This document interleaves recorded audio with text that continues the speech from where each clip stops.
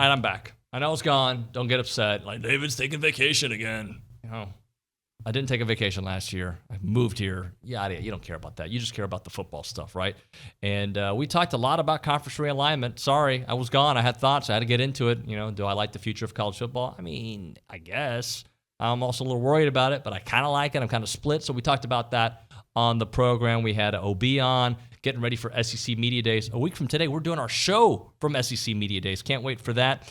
We had Gary Blair in studio as we're going through the top 12 moments since I joined TexAgs, which was July 6th. And Gary is just such a great guest, and just his legacy, his retirement, everything. We just kind of celebrated that today on the show. He came in studio. That was awesome. Steele, he's high on the Aggies. Got them, I think, at number 9 right now. He thinks their future is really next year, but he likes where they're at right now, and if quarterback play is great, he thinks they're going to be really, really good. And Braden Gall came on the show. Love talking to Braden. He's got some good insight. Loved chatting with him. He came on the program. As a reminder, we are brought to you by T-Mobile. Visit T-Mobile.com/AcrossAmerica to learn how you get more value and more coverage through T-Mobile. Comment below. Tell us something funny. I don't know. Tell us something bad. It's TexAgs Rewind. Arkansas.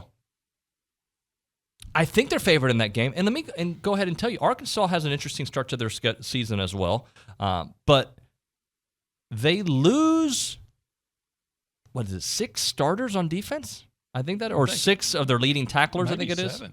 Okay. But, yeah, that Catalon's back. Catalon is who was injured most of last year, so he's back, and that helps them. They lose Monteric Brown, who was an NFL draft choice. But they got up 17-0 on A&M. And A&M did everything they could to stay out of that game, especially early. We went through some of the sacks and whatnot, OB, earlier before the show started. Yet with 9 minutes remaining, the Aggies had a chance to tie that game. Yeah. Maybe it was a little bit less than that, where the interception off of Bryce Foster's head. So, but that Arkansas has lost some people. They've added some people. Mm-hmm. A&M has got a quarterback this year. They've got more than one quarterback. They got 3. So I think you're going to be favored in that game. I would suspect that to be the case. I'm higher on Mississippi State than most people because I think they're returning most of their team, and for that reason, I think they're and going to Starkville is hard. But then I went through their schedule. It is not an easy schedule. So all that, and they got Georgia on their schedule. They got A&M on their schedule. I mean, they obviously they have A&M on their schedule, but that is not a cupcake schedule. A&M, even in Starkville, tough place to play.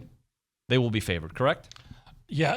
By the way, I want to point out something. Oh, go ahead, and I'll point it out later. Okay. But so far, they should be, what is that? 1, 2, 3, 4, 5-0.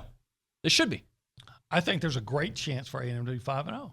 They don't give anything away. Alabama. Okay. I'm not going to tell you who's going to win that game today. I understand why people think Alabama's going to win the game. But if A&M destroys Miami 30-3 or whatever, right, and they're cruising along, okay, people are going to start picking A&M in that game. But let's say they're not. South Carolina, they got Spencer Rattler. Okay, A&M destroyed them last year. I don't think it was just the quarterback. I think A&M is a far superior team to South Carolina, even at home with Spencer Rattler. It's another game that they should be favored in. Ole Miss, they don't even have a quarterback figured out. They've got a lot of transfers, but just throwing people together does not mean you're going to win. Is it Luke Altmaier? Is it, what's the other dude's name? Jackson Dart? Jackson Dart. They don't even know, and they're not even that impressed with what they have. They have an easier schedule, so they're going to look better than they really are. They're going to hit a roadblock when they play A&M. I think they can start off 7-0 if I remember. Well, again, you got to be the best team that day. Yep. And I think where you're going is, unless A&M just gives something away, and there's always going to be a game or two that you don't play to the level that you should play, and then but you hope you can pull it out. And then there's always a game or two where your opponent is playing over its head, sure, and can you survive that storm? But if A&M doesn't give these games away, then I agree with you. And 11 of those games, they strike me as being the superior team. What keeps you up at night, or what do you think about more? Do you think about the wins more, or do you think about, man, I could have made this decision here or this decision there? I tell you what's tough right now is Tuesday was the first day out on the road for all my coaches. They were up in Louisville, and then they were going to Chicago, and then they're coming to Dallas and everything. And my friends would send me pictures saying, God, I hope you're playing golf well. I hope you're doing this, because right now it's a mess in college athletics with everything that's going on. That part I do not miss. The evaluations, I love. I love sitting in those gyms from 10 in the morning to 10 at night, and then going out and have a beer and a refreshment and talking shop with your colleagues and getting it up and doing it again in the morning after you've made about 4 or 5 phone calls. You live for that. And that's multitasking, always on the edge, something going right or wrong, worrying about your kids back home, your players, worrying about your family back home. And that's what I've been used to for 50 years of college coaching. So now it's a little bit different. I'm trying to adjust. So are you enjoying retirement? No, I'm missing work. You're missing work, yeah. I'm missing work. I'm missing relationships. I'm missing talking about the game that I watched last night. I'm missing talking about the WNBA All-Star game where Sylvia Fowles dunked and Kelsey Plum went for 32 points. All people that I've coached against. I miss that. But it's time for that new chapter. I've got 25 good years left in me. Yeah, you do. So let's find a way to do it. What do you think about the job Joni's done so far? She's doing very well. She got a chance to coach the gold medal team and USA basketball, and that always helps in recruiting. You start looking back to the days when Pat Summitt and Gino Auriemma and Tara Vanderveer, all coaches that coached in USA basketball, Mike Krzyzewski. It carries on in recruiting because you're working with the top players in the country, and they're learning to see why you're one of the top coaches. And so it's a win-win situation for Joni and for the kids that are working under her. How honest are these coaches when you talk to them? Because, you know, we go to these events and coaches will tell you, yeah, our quarterback's going to be great, our offensive line's going to be great. Are they pretty honest with you off the record, and do they shed some light on their opponents as well? Yes, absolutely. And that's the reason I talk to the coaches. There have been coaches before, and I'm not going to name names or anything, but there have been coaches that gave me very much coach speak, or what you get at a media event.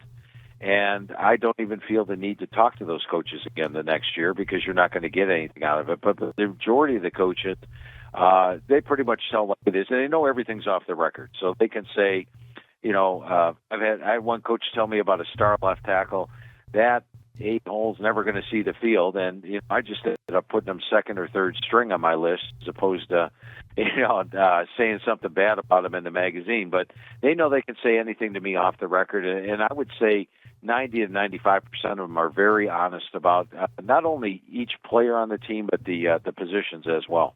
Is it fair to say you're high on the Aggies, but you're going to be higher on them next year? Yes, very much so. Going over the team with Coach Fisher, every time we finished a position, I'm like, it almost seemed like it was, wow, this team is going to be really, really, really good this year. In fact, I'm circling them right now as a potential number 1 team in the country next season. Coach Fisher's doing a tremendous job recruiting players. This year's team is young. That's the only thing that's going against them. You look at the defensive line, they lose all 4 starters. The linebacker crew loses the majority of it. But going through the team, you get to the 3rd string, and you're like, wow, there is talent here. They also have to play Bama on the road this season as opposed to next year when they get Bama at home, which I think could be a big thing. But this is a young team that may go through a few growing pains. This is a very talented Texas A&M team that even as young as they are, if they can adapt quickly, I think they're a legitimate national title contender, and I am super high on the Aggies next year. Yeah, and I look at their schedule, and I know it's the SEC West, and every team is really good in the SEC West. Even the bad team is good, but they all have questions too, right, Phil? Like if you look at all these teams, Ole Miss has got questions at quarterback. You look at Arkansas, they lost not only their best receiver, but a lot on the defensive side. Every team has got questions, so it's who matures the quickest. Absolutely. You hit it right on the head. I mean, first of all, while they have questions, the West is clearly the strongest division in college football. And I got to be honest with you, David, I reached the second right-through process, which is in March. And I'm ranking my SEC West. And I've got number 1, Alabama, number 2, Texas A&M, and then I went with, you know what, I'm going to put a 5-way tie for third. It's tough to come up with any of those teams to pick them third or to pick them last, and it was extremely tough. The final process, I had to pick 2 teams at the bottom. It's tied for sixth. One was Mississippi State, and they're only down there because they play the toughest schedule. It's brutal.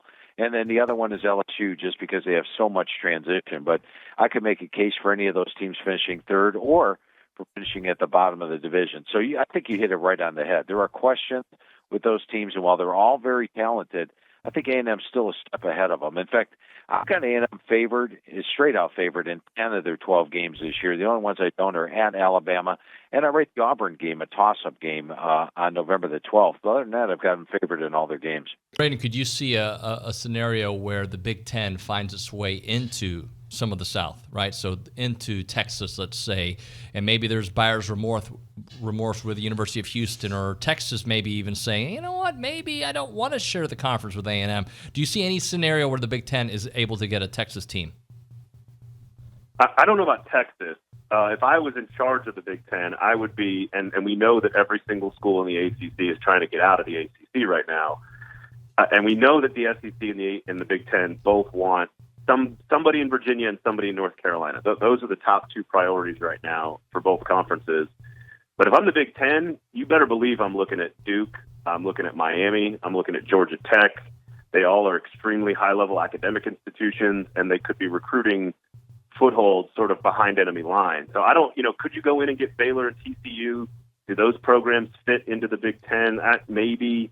Are they big enough brands to command the state of Texas? Does it give you at least a recruiting foothold? I think there's some thought process there. I mean, Oklahoma State's by far the best program left in the Big 12. But are you going to go get them? You're certainly not. Cincinnati doesn't do it for you because you already command the state of Ohio. I could see them trying Texas. I just think I would focus on Florida first, the state of Florida and the state of North Carolina, and maybe even if I can get into Georgia, because those are equally as good of recruiting footholds as Texas, and might be more easily acquirable and better brands. Again, Miami is a bigger football entity than anything that you can get out of Texas that's left over, at least. And so I don't know. I think if I'm in the Big Ten and I'm in charge, you better believe I'm exhausting every single option in the South, whether that's Texas or Florida. Hey, so last thing on expansion, what happens recruiting-wise to the Oregons of the world, to the Oklahoma States of the world, to the Baylor even of the world if they're left out? What happened? I mean, does it completely shrink? I know there's only so many starting positions out there, but you got to think the 5 and 4 stars, they're going to go in the Super League. Yeah, I think a lot of that depends on, to your point, a lot of that depends on, is there a third Super League or 2 other Super Leagues? And if there's a 70-team breakaway, then I think they're fine. And again, name, image, and likeness doesn't just disappear. And, if Chip and Joanna just want to pay for as many recruits to go to Baylor as possible, sure, maybe that the money still talks, right? Even if you're not playing, look at Jackson State, right? So I think in Oregon and Washington, I think we'll end up in the Big Ten because I think they're going to want a West Coast division, so to speak, with USC and UCLA. Maybe Stanford and Cal are a part of that conversation. So I think some of it depends on who makes the cut. If it's a 48 or 50-team breakaway, does that include Oklahoma State? I don't know. I don't think it would include Baylor and TCU. But can the Big 12 and the Pac-12 form a league that is interesting enough that people still watch and that there's fans of those programs that are still willing to lure recruits? And certainly if you're Baylor and TCU, you've got a heck of a recruiting base to pull from. Like you said, there's only so many spots.